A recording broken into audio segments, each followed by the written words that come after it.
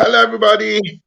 It is the 3rd of June, and we are here at the Street University to sharpen ourselves, to learn, to equip ourselves so that we can be better people. We can, take advantage of opportunities around, and we can just take our lives to the next level.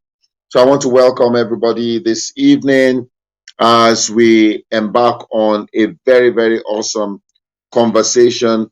This today we're going to be talking about cross culture. But before I even start, who is here? Come on, let's welcome people. Who is here? Let's know you are here.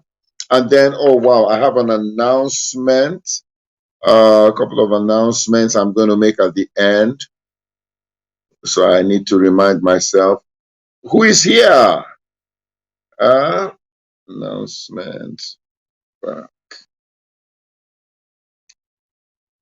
Okay. And then David, how you doing, man? You're very, very welcome. David, do you have a copy of my book, The Mental Independence?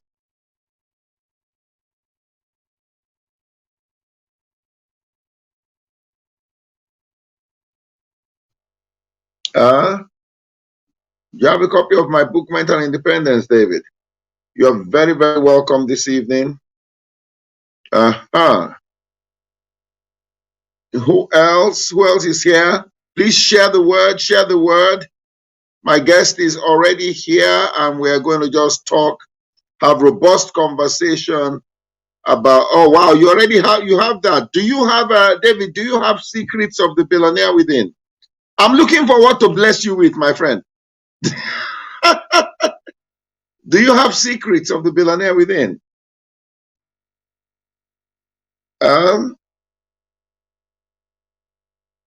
All right.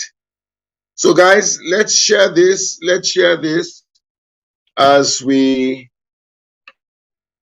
embark on this wonderful conversation this evening. Oh, wow. All right, I'm going to have to find something else to bless you with then, David. Don't worry. I'll make it happen. Fear not. We'll make it happen. All right. Also, in 60 seconds, we will hit the play button as we begin this journey. We will hit the play button in 60 seconds.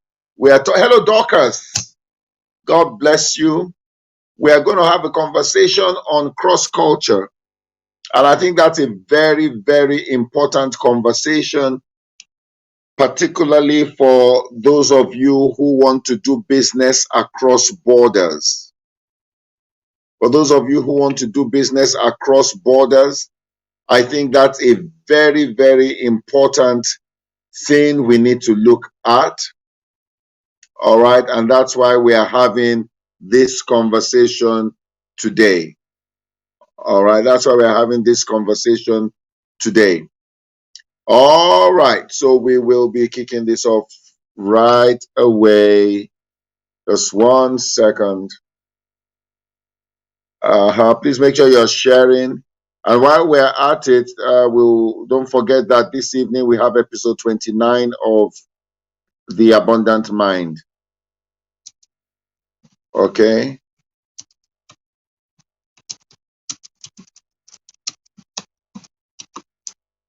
All right. So, amen. We thank God. We thank God. We thank God, David. Okay. All right. So, ladies and gentlemen, again, I'm back with Liz for part 2 of our conversation. And I'm sure you're happy. Let me bring Liz in. I'm sure you're very, very happy because Liz was, hello, there you are, Liz. How are you? I'm fine, thank you, Dr. Ali. And it was such a blessing having you the last time. And we just knew we needed to come and finish up the conversation because we had a lot of disconnections last time also.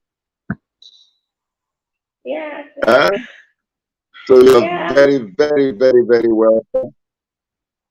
You're very, very welcome. All right. Now, I think by way of introducing our topic, ladies and gentlemen, one of the things that I have seen is that a lot of people, a lot of people don't understand the concept of cross culture, cross culture, and that is what we want to look at today. That's what we want to look at. We want to look at the concept of cross culture. What does it take? What does it take to do business across borders? All right. What does it take to do business across borders? And I will tell you some personal stories that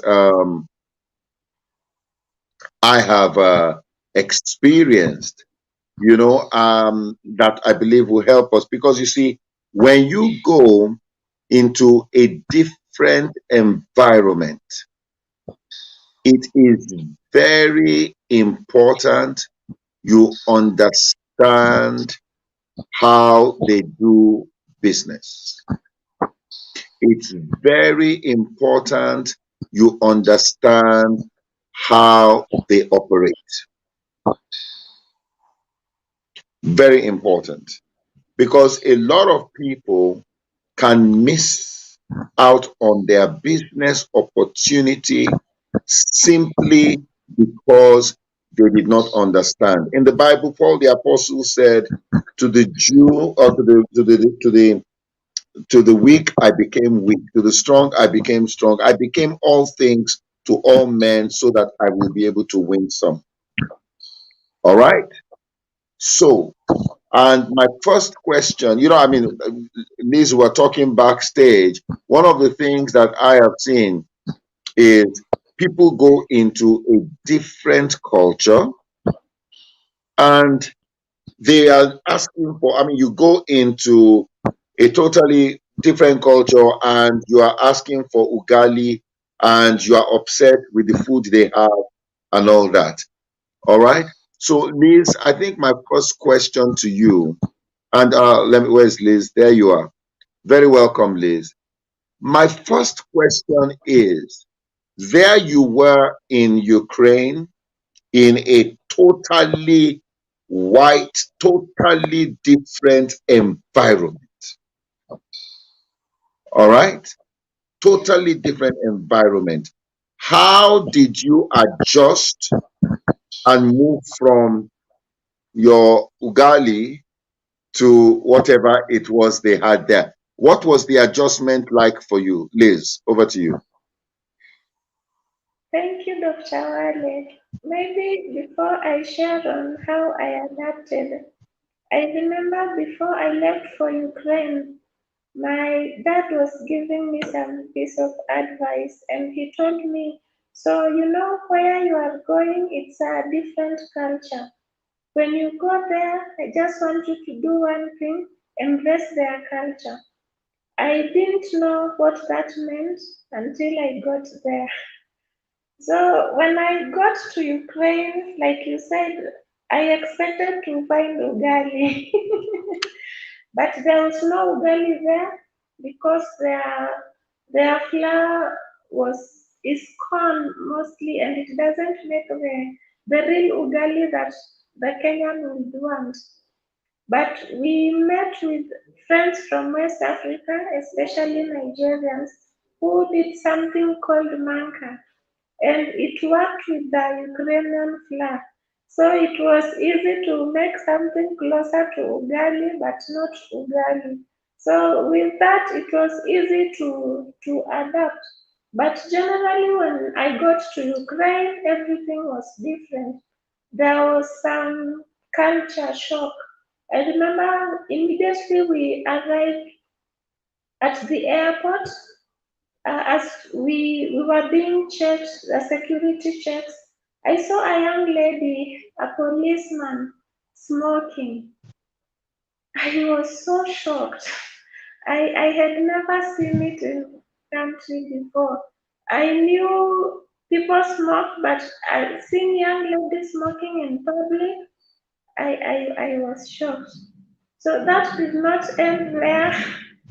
When we left, when we checked out now going to the vehicle to leave, it was negative 2 degrees Celsius. No one had told us we were going to meet winter exactly, so we were not warmly clothed, and our hands started freezing. It was painful, and that was again another shock.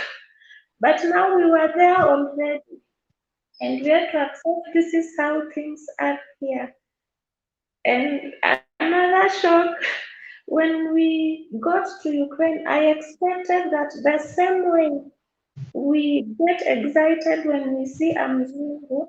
From my childhood perspective, when you see a white man, you get interested, you are interested in, knowing about them, you want to greet them, you want to be all over them. But on the contrary, when I got to Ukraine, people looked at me with shock, like someone really getting surprised that, oh, this is a human being, and yeah, it didn't feel good, but gradually I came to learn that they were not used to interacting with black. It was new to them, and they needed time to really adjust. So when you go to a new place, a new culture, apart from embracing their culture, you need to understand from what point they're coming from. Yeah. I found most of them, a majority were racist, but maybe they didn't want to be racist. It's because they did not interact with Africans before, or the story they had about Africans was not a good story. So they were reacting to what they had, not to what they are seeing. So it's good to understand from what point people are taking you. So you don't expect everything to be as it was at home.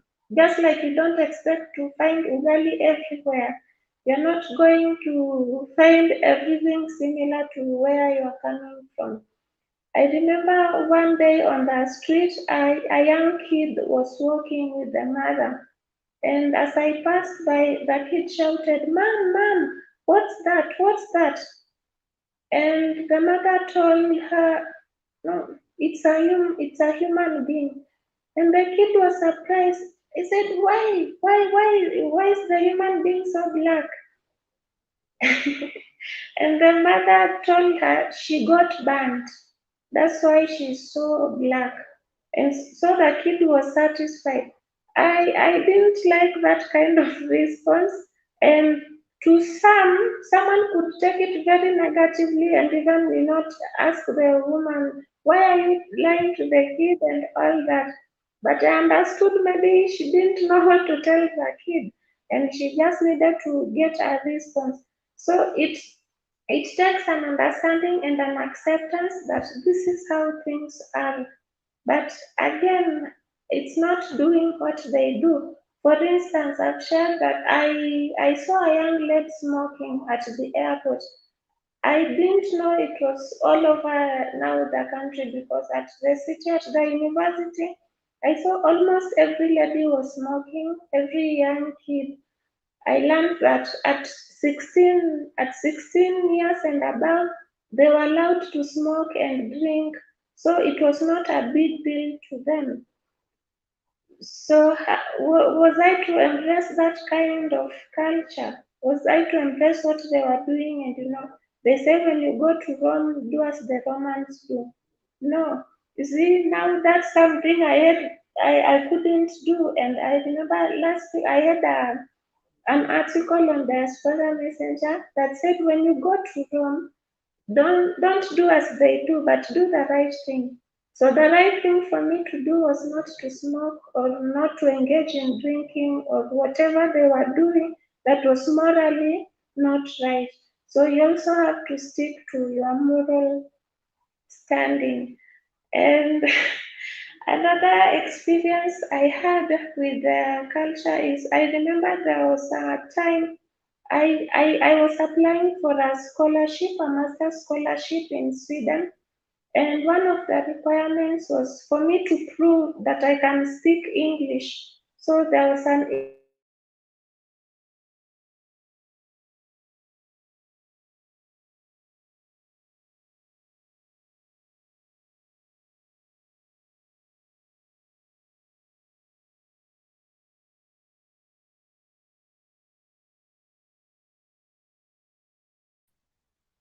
And you can hear me? You can hear me, Doctor? Yes, I think. you had gone off briefly, but you're back. Go on. So where did I get lost?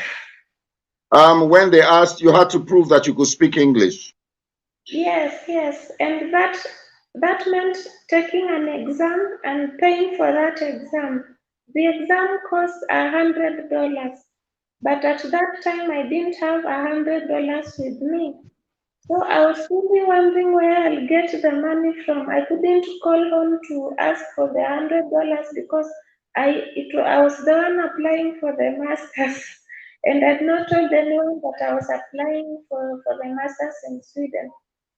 So before I could figure out what what to do, there is a social media page, a Russian version of Facebook. It's called Be Contacted. I received a message inbox from a modeling agency. They told me, they introduced themselves and they said they've seen my photos and they like me, they like my color. So they would like to use my photos to advertise one of their products. And they were Wow. going, yeah, and they were going to pay me, is it $1,700? Some good amount of dollars. So it was so exciting. It was so exciting and it came at the right time because I needed money to do the IELTS exam. So I accepted. I said it's okay. So I asked for the terms and conditions before I went to the studio. And I was told that now you see, because the product we are marketing has to do with the body, you have you have to take photos almost naked, yeah. Like you just have to be on your underpants and that, and yeah. Once we are done with the photo shoot, you only want 3 or 4 photos. We pay you, and that's all. I said no. I said no. If I have to be naked to get the money, I'm not going to do it.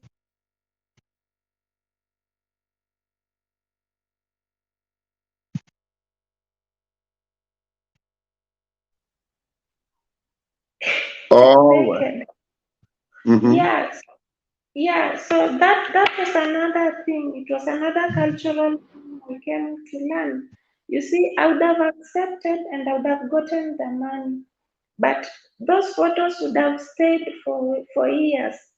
So it would have, you see now, if I was here and someone went to search for me and they meet naked photos of me out there, it wouldn't be a good picture. So no matter how desperate one is in that culture, you should not compromise. I learned that compromising really has a price to comes with a heavy price to be paid. So after I rejected that, I was like, okay, maybe I'll not do this exam. But a family friend, a friend of my aunt, just wrote me. She was in the United States checking on me. And I opened up to her. I told her I'm supposed to do this exam, but I don't have money. And she asked me how much. I said $100. And she sent me the money. So, Wow. yeah. So if I would have compromised, I would have missed out. I would have tainted my reputation And I would have, it would be something very shameful for you, Dr. Wale, to meet a naked photo of me on the All social right. media. Yeah. So culture, apart from accepting and expressing people's culture, we should also not compromise and stick Amen. to people's standing here.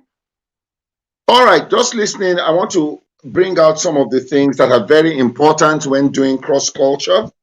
And number one, do research about where you're going. Do research about the people you want to interact with, because if you don't, you you won't be able to operate properly. Do research. Otherwise, you may find out that there are certain things you will do that are done where you are coming from that will be taboo where you are going. And so understanding this is important. Why are we doing this? Because look, at the Street University, we're raising you guys to take the world. You're going to take the world. Some of you are going to do business in Russia. Some of you are going to do business in the Middle East. Some of you are going to do business across Africa, across Europe, across North America. I've had the privilege of working in 4 continents, and doing business. I remember, let me tell you one, I was working in Sri Lanka, and very interesting. The American ambassador was there. It was a big, big, big event. So there were a number of CEOs from all that, that side of Asia. And I remember before we started the event, in the morning, they had cleared the center of the place, and it was like an altar where they were pouring, doing some form of sacrifice. Now, do I believe in it? No. But am I going to judge them for what they are doing? Absolutely not. Now, let me now tell you the interesting thing. That same conference, I was the guest of honor. Okay. Now, that same place, when I finished my first session, the CEO of a company from Bangladesh came to meet me, and he said to me, "You must be a pastor, Dr. Wale." He said, no, he said, "You cannot deceive me anymore, Dr. Wale. You cannot deceive me." And I'm thinking, how on earth am I deceiving you? He said, "You cannot deceive me." And he was getting worked up. I said, "How?" He said, "You must be a pastor." Now, we have just finished, or they have just finished doing all their stuff. And then somebody comes and says, "You must be a pastor." And I said, "And what would make you say so?" Then he said, "Listen, you're gonna love this." He said, "Oh, I'm a Christian. And when you speak, the same presence that I feel in church, I feel it when you are speaking. So you must be a pastor." You will reach more people if you understand the wisdom of cross culture. I did not have to bring them down.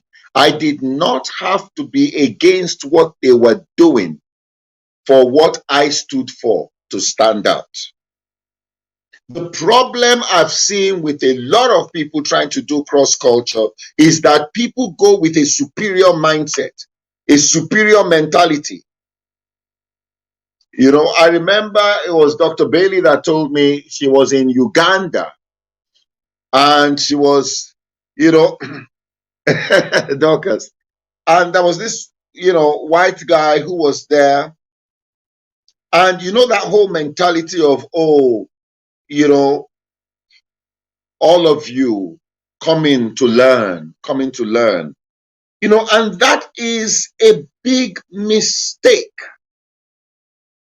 So do research about where you are going.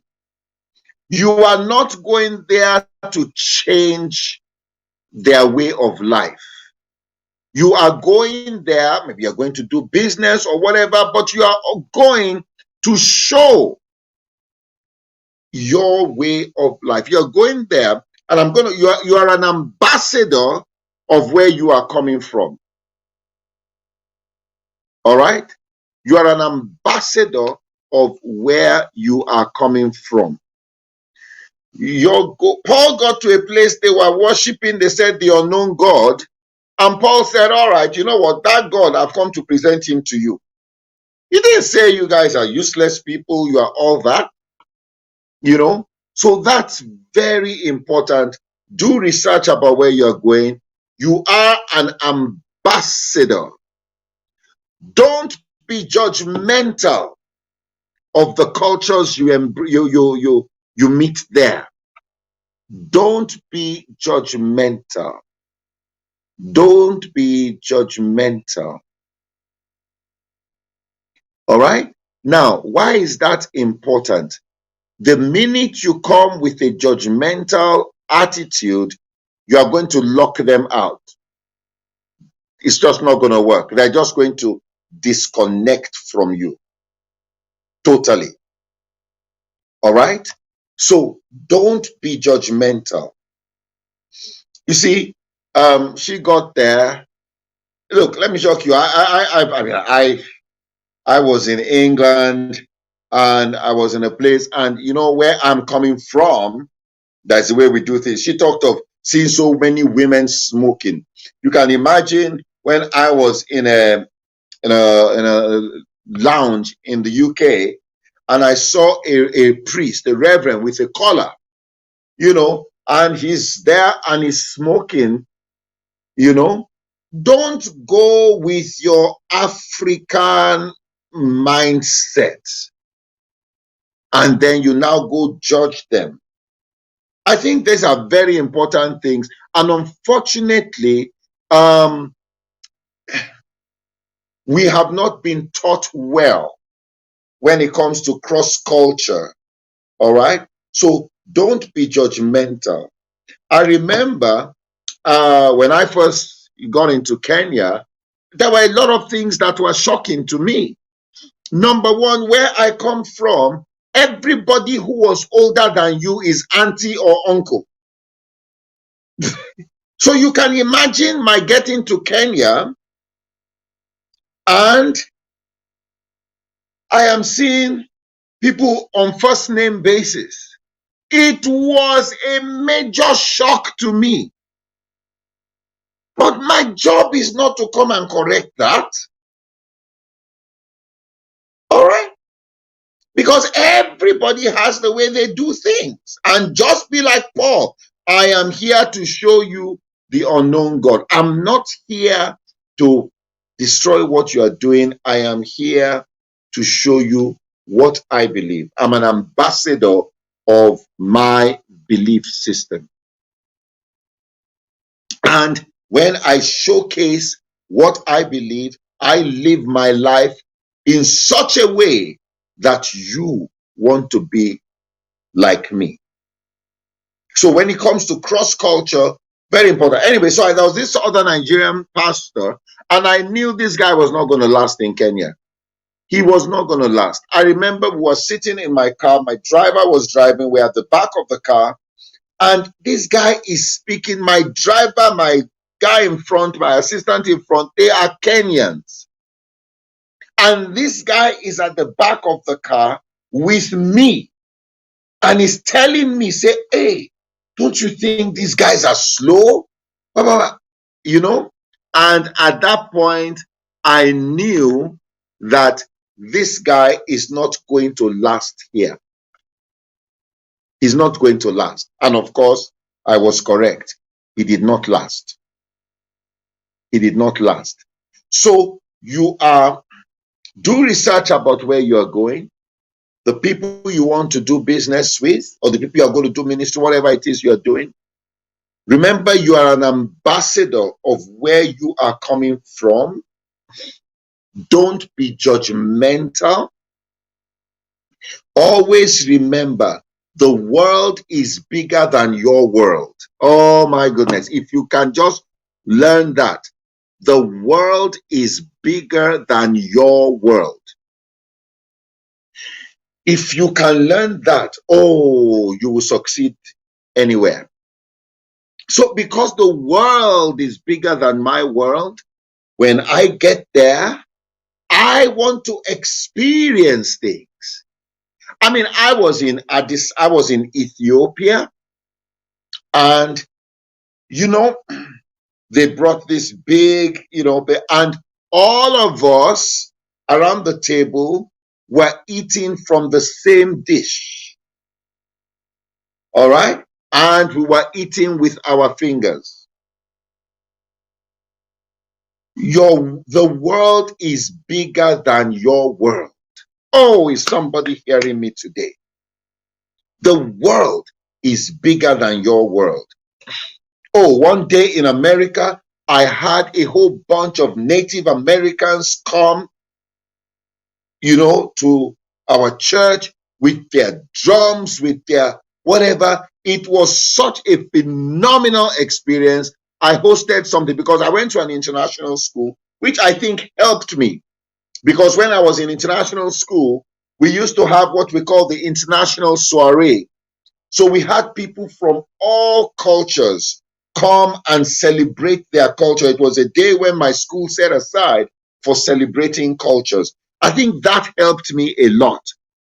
So I remember in America, I hosted what was called the Day of Nations. I had congressmen, I had all sorts of people of power, because one thing God has always done for me, anywhere I go, God always connects me with the decision makers.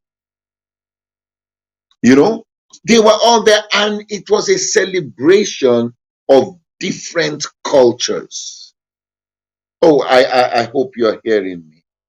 I hope you're hearing me today. So when you want to do business, you want to interact with others, you are not a colonizer. Don't go and try to colonize them, because there are some people like me that we will resist anybody that tries to come with a colonial mindset, no matter where you're coming from. Because you can come from Nigeria and you come to Kenya. I just disconnected from such people who will come to Kenya, and then instead of understanding the culture that has hosted them, they begin to bash the culture that has hosted them. Such people won't go far. Such people won't go far at all. So please remember, the world is bigger than your world. Now, I have worked, like I said, in 4 continents. I have worked in 22 African countries. And even though they are all African countries, there are different cultures all over. Different cultures all over. And so what do? I get there, I celebrate their culture. Now, hear me. The fact that I celebrate their culture doesn't mean I get involved with their rituals. You understand what I'm saying? The fact that I celebrate their culture doesn't mean I get involved with their rituals. But your mind must be broad. Your mind must be broad. We're raising a whole generation of people who will be people of impact globally. People of impact globally. I mean, I'm proud of where I come from. I'm an ambassador of where I come from. When I show up dressed this way, people say, you're a Nigerian. Proudly so. But guess what? My agenda is not to push my Nigerianness. My agenda is, let's do business and let's shake hands. All right. So I want to encourage everybody here. Expand your thinking. Expand your mind. Otherwise, you will be locked up in a cocoon thinking it is a palace. Expand your mind. I was talking with someone today, about a few hours ago. This guy is in Dubai.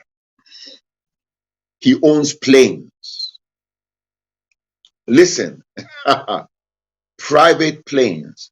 And he was telling me on the phone that, oh, I don't know what is happening. So many people are hiring private planes, right now, that in fact, he has one in Egypt. He has two in India. He was talking about all his planes. Then he said, oh, and there's a guy from India that this guy, he hired the plane brought his whole family to Dubai, and he was going to stay for 13 days. Listen, and he said, I don't want you to give the plane to anybody. Just leave it. I will pay for all the 13 days. Just keep the plane here. Now, and that's why I'm telling you, you need to step up in your thinking, because there is a totally different world. That's what it did to me. I was with my sons who were listening to this together, and I said to them, there is a totally different world, a totally different mindset. And if you don't embrace that fact, you will be locked up where you've been. That there is a world that is bigger than your world. I hope you're getting that. There is a world that is bigger than your world. God wants you to reach out. Take the world. Take the world. Come to Africa. Colleen, come to Africa. Some people from here will go to America. We will go to India. We'll go to Asia. We go to different places. All right. That's how we're going to expand. We're going to make friends. I have friends in every continent. Every continent, I have friends. Why? Because I'm not going there to judge them. I'm not going there to push my Nigerianness in their face. No, no, no, no, no. Somebody needed something from Dubai. Boom. I pick my phone. I get something. We needed something yesterday. They needed something from Dubai. I needed something from Scotland or wherever. I have friends all over. God wants you to be a global citizen, not a local champion. Let me say that again. God wants you to be a global citizen, not a local champion. A global citizen. And for you to be a global citizen, you are not going to go with a mindset of superiority. You are not going to go with a mindset of they have to learn from us. We have nothing to learn from them. They have to learn from us. That's the mistake a lot of American ministers made when they came to Africa. That's the mistake a lot of them made, because they came. You hear a minister say, "Oh, you've never heard this before. I bet you've never heard this before." And you just laugh that you don't know where people are coming from. You don't know what people are, where people are at. So I hope you are getting this today. You are global citizens, not a local champion. Now, why is this crucial? Because I've been teaching you about how to reprogram your mind, how to do that. And I'm going to talk about that this evening. The more you continue to program your mind, opportunities will now begin to open for you. Listen, when you program and begin to expand your thinking, and you begin to declare the kind of life you want to be, the person you want to be, opportunities will begin to open. And those opportunities are not limited to opportunities in Kenya. Global opportunities will open for you, but you will not be able to take global opportunities with localized thinking. You will not. You will not. All right? So don't forget, before I go back to Liz and ask her a few more questions, do research about where you're going. All right? Don't assume you know everything. Do research so that you don't start offending people from the airport. You know, so you don't start offending them from the airport. Do research about where you're going. You are an ambassador of where you are coming from, not a colonialist of where you are going. Your job is not to go and preach superiority of race. That's not your job. If you want to really, really go global, don't be judgmental. Let me give you an example. Let me give you understanding where you're going. Understanding the temperament. There was an airline, they were doing business in Kenya, they were doing business in Nigeria. Now, they did very well in Nigeria. They folded up in Kenya. Why? When you got on the plane in Nigeria, business class is always full, and business class fills up before economy. All right? But when you come to Kenya, business class was always empty. Not because people could not afford it, but I found out that the Kenyan is generally not an ostentatious person. The very personality and DNA of Nigeria, even our outfits, are flamboyant. So, flamboyant things, expensive things, they thrive. Nigeria has, I think now they have the largest population of Rolls Royces in Africa, largest population of private jets in Africa. Why? The very nature of the people. Understand where you're going. All right? Now, so if you come, Edna, if you come to, so that's how come the airline thrived in Kenya, in Nigeria, but it folded up in Kenya because they were making their money from business.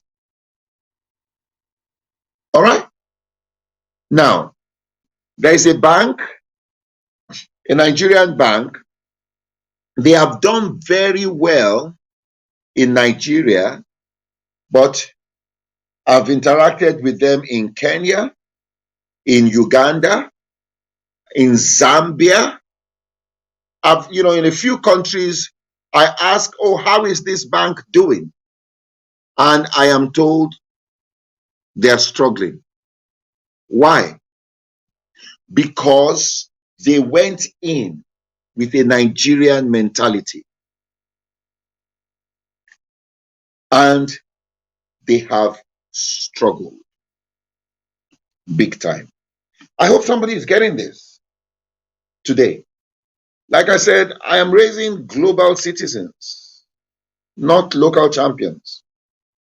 A time will come, I will call some of you and say, hey guys, there is a deal in Southeast Asia somewhere. Let's hire a plane. Guys, how many of you want to do business in Southeast Asia? There is an opportunity. I have somebody there. These are the opportunities. We hire a jet, we go. That's my thinking. Now you don't want to get to Southeast Asia and then begin to get upset that they don't have ugali. You don't. Or get there and get upset they don't have egusi. No. So is somebody hearing me today? You are getting ready, Esther. That is my vision. That is my vision. Global thinkers. Global thinking. That's how we are going to take over. Global thinking. not local thinking. Let me share one more story with you so you understand why you need to think globally. Many years ago, I collected some money in Nigeria. It was equivalent of 500,000 naira, which was a lot of money. Now, the highest denomination in naira those days was the 20 naira. 50 naira, sorry.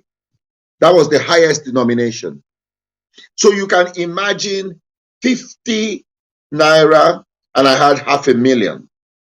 So now on that day, sorry, the bank didn't have 50 nairas, they had only 20 naira notes. So there was money in the trunk of the car, money everywhere. I felt like a very rich man.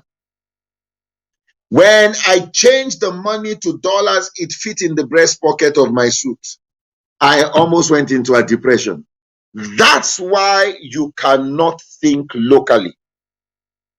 You don't want to come, appear to be prosperous because you are in America, and then you come and then you appear prosperous, or you are in Europe, you come to Africa, you appear prosperous for 2 weeks because of the exchange rate of the dollar. Apana, money is money everywhere. Rich is rich. Are you hearing me? Rich is rich. I've gone through wealthy neighborhoods. I found out that money looks the same. Wealthy neighborhoods in Maputo, wealthy neighborhoods in Lusaka, wealthy neighborhoods in Togo, wealthy neighborhoods in Accra, wealthy neighborhoods in Nigeria, wealthy neighborhoods all over. You find out that money looks the same. That is why you must have global thinking. You must have global thinking. Oh, is somebody hearing me? Now, Liz, I'm coming back to you. Sorry, are you there, Liz? Liz, are you there? Yes, yes. All right. Now, what I want to ask you is that I know you eventually got some work. You are doing some editorial stuff after you have learned the language. All right? Yes, yes. Oh, okay. Before that, thank you. You see, my students, I love it. David said I should share a particular story. Let me share that story, and then I will come to Liz, and then we wrap up. David said, kindly share your story during your tenure at Computers for the World, where you met the guy who wanted to send stuff to Africa. All right, so listen. I was on the board of this organization, and we were, sending stuff to Africa, refurbished computers and things like that. So I am having lunch with this gentleman who was like a mentor to me. Would meet like once or so in a week. Regularly, we would meet and with another guy, and we would talk and just share ideas.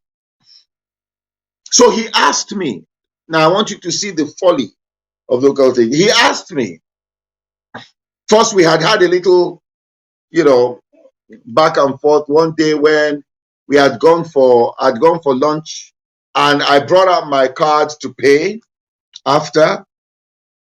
And he said, oh, no. I said, no, I'm going to pay. You always buy lunch. I am not poor. Let me pay.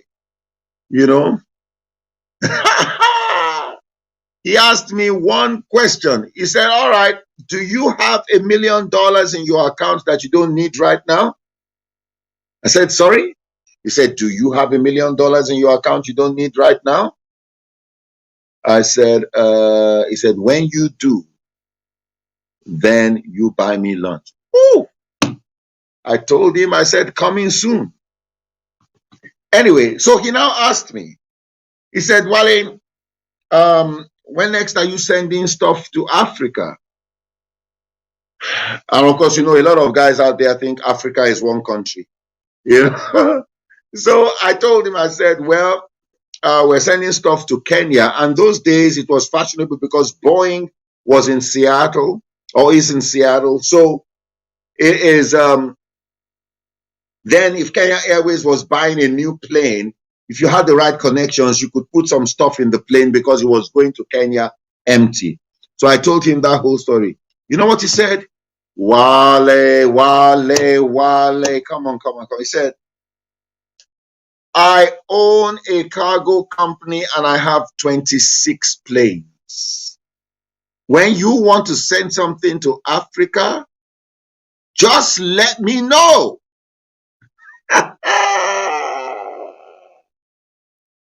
Is somebody hearing me? That is why we must not have local thinking.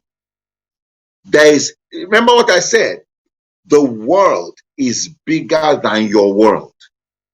And if you don't understand that simple truth that the world is bigger than your world, you will be looking for your small world everywhere, your small world, thinking that is something.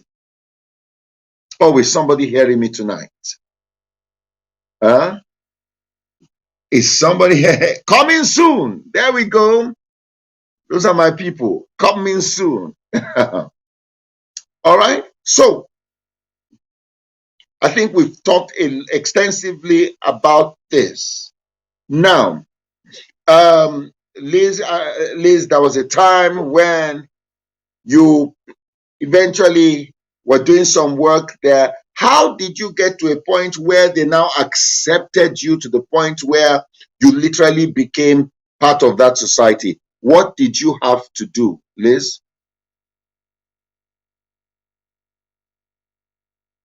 Yeah, so I thank you, Dr. Wale. I had, like I said, I was told to embrace their culture. So I had to accept that I'm here now, and yeah, I have to maximize every possible opportunity.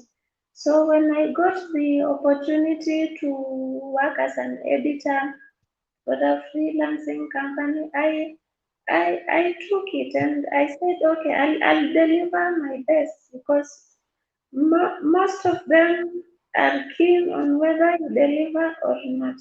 So I had to accept that I'm here, I'm part of them. I may be different, but we are all the same.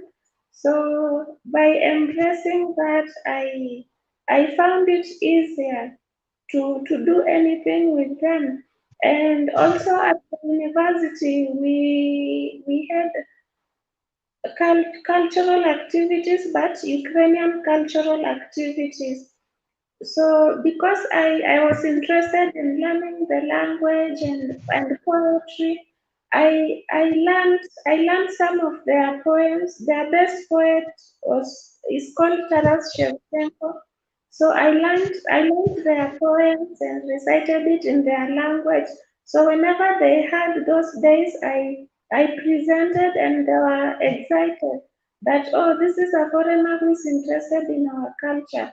So that way it becomes easier to be part of them. Wow. Thank you so much, Liz. And guys, let me tell you something. Let me give you a parting shot. When you go there, remember, you research about where you're going. You are not a colonizer. You are an ambassador of where you are coming from, not a colonizer of where you're going. You are not judgmental about the things they're doing, realizing that the world is bigger than your world.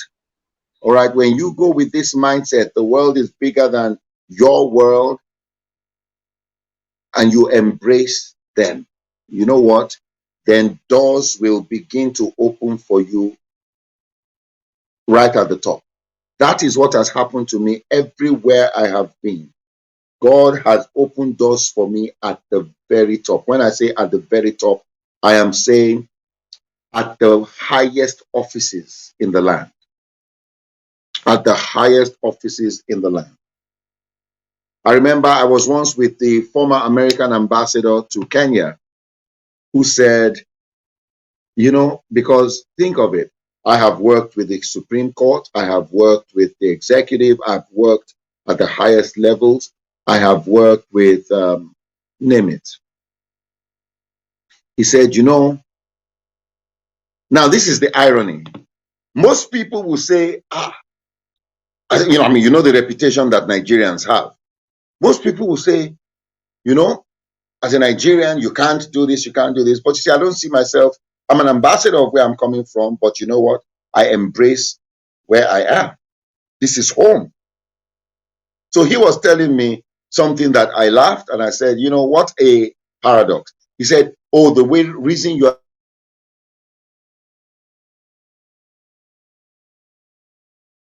because you're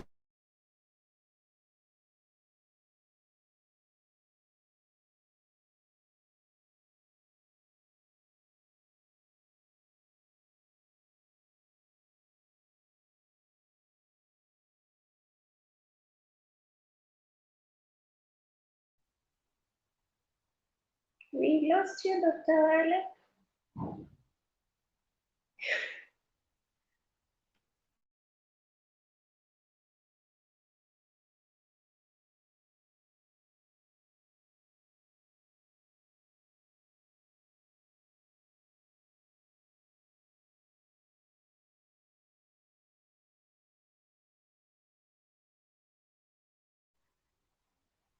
I think we lost Dr. Wale, but maybe as he joins us, I would just like to share that when you go to a new culture, you embrace them. You don't take things personally. Yeah, for instance, if it's a foreign country and you expected to be treated the way you are. Hello, Dr. Wale. go We ahead, go lost. ahead, go ahead. Well, we can't see you though. Yeah. So I was just sharing while we waited for you that Yes, go when you ahead. to a new place, a new culture, you have to embrace. You have to embrace their culture. And if it differs or if you find it abusive to you, you shouldn't take it personally. Yeah. Because I remember there are times when I was called a monkey or dark chocolate, or I remember passing by a corridor just at the university, and during that time there was an Ebola eruption at, was it Liberia, one of the West African countries, and someone shouted Ebola, and everyone took off. So it was not a good experience. But when you find yourself in such experiences, you should not take it personally. You should understand where you come from and yeah, where they come from too. Thank you. Back to you, Dr. Thank Wale. you. Thank you so much. My parting shot, I said, because I embrace the culture, God opens doors for me at the highest level. Let me give you this testimony and then we wrap up. I was in the US. This was about when George W. Bush was still president, his first term. And because I had embraced, I was doing a lot of stuff there. I remember, and I, got into the business community. I was involved with the Chamber of Commerce. I was involved with so many things. And then, this guy, one day I was called. I was, like I said, I was on the board of Computers for the World. I was doing a lot of stuff. So I was called for a meeting. By this time, I was already on my way back, you know, to Nigeria. And this one was a divine thing. I just knew I had to leave. So these guys called me for a meeting and said, on these dates, will you be available? And I said, I'm sorry. They said, no, no, no, no. This is very important. We would like you to block off these dates. Now, that's the point where you now say, okay, look, that kind of obey God, obey man, you know. Now, they told me what they wanted me to do, but it was too late. I'd already committed myself. And I knew this one, I knew that God wanted me here because what they were asking me to do would have cemented me there forever. You know what they asked me to do? That they had looked at some of the prominent people making impact. And so I was selected as part of the Africans to be in the entourage of the US president when he was visiting Africa. All right. Now, that was a very humbling thing for me, but I was on another, a whole different frequency that not many people will understand, even if I try to explain it to you. But the point I'm making is wherever you are, wherever you will carry yourself in such a way that you will be celebrated at the top, even if you are reaching out to the bottom. You will be celebrated at the top. Why? Because you've understood you are not a colonizer, you are an ambassador. You are not judgmental. The world is bigger than your world. And so you embrace that. I hope you got this today. Remember, we're global. It's not that we're going global. We are global. All right? We are global. We're unveiling some new things. We are global. And let me say, from next week, Tuesday, because we want to show a lot of videos and do a lot of screen sharing and go back to very, very serious lectures and all that, we're going to migrate back to Zoom for our Tuesday and Thursday classes, but our spiritual intelligence classes will still be here on Facebook and YouTube. All right, but that's important. So we need to, of course, we'll put the links here so you will see that we're going back to Zoom for Tuesday and Thursday, Street University. Now, from tomorrow, www.thestreetuniversity.com. Some of you are wondering how you sent money this month and we refunded your money. It's because from this month, from tomorrow, this weekend, www.thestreetuniversity.com is going to be open to all, and that's where all our programs will be hosted, so you will have time to see them. We're going to give you 2 months or so to just enjoy as we put in new things and as we prepare for the next phase of the Street University. All right. So those are just 2 important announcements I wanted to make. We are global. Opportunities are coming from all over the world, and those opportunities are for all of us. Stay on this train. Opportunities are coming from all over the world. Let me say it, it's our time. Did you hear what I said? It's our time. It's your time. It's my time. This is it. All right? This is it. This is what we have been waiting for. Now is the time. I'll see you all later. Wale Akemi resource page as we talk about the abundant mind and we take it to a whole new level. I hope this has been a great session for you as it has been for us. Liz, thank you very much for being here. All right. Thank you, where's Liz? Liz, thank you so much for being here with us today and sharing some thoughts with us on, cross culture. God has such a big thing for everybody out there. Don't let's play small. Don't let's play small. Let's play major league. God is giving you the Indian Ocean. Don't settle. Don't begin to hustle for Nairobi River. Don't hustle for Nairobi River. It's giving you the ocean. All right. All right, guys. So God bless you. See you all at 9 o'clock. All right. Thank you.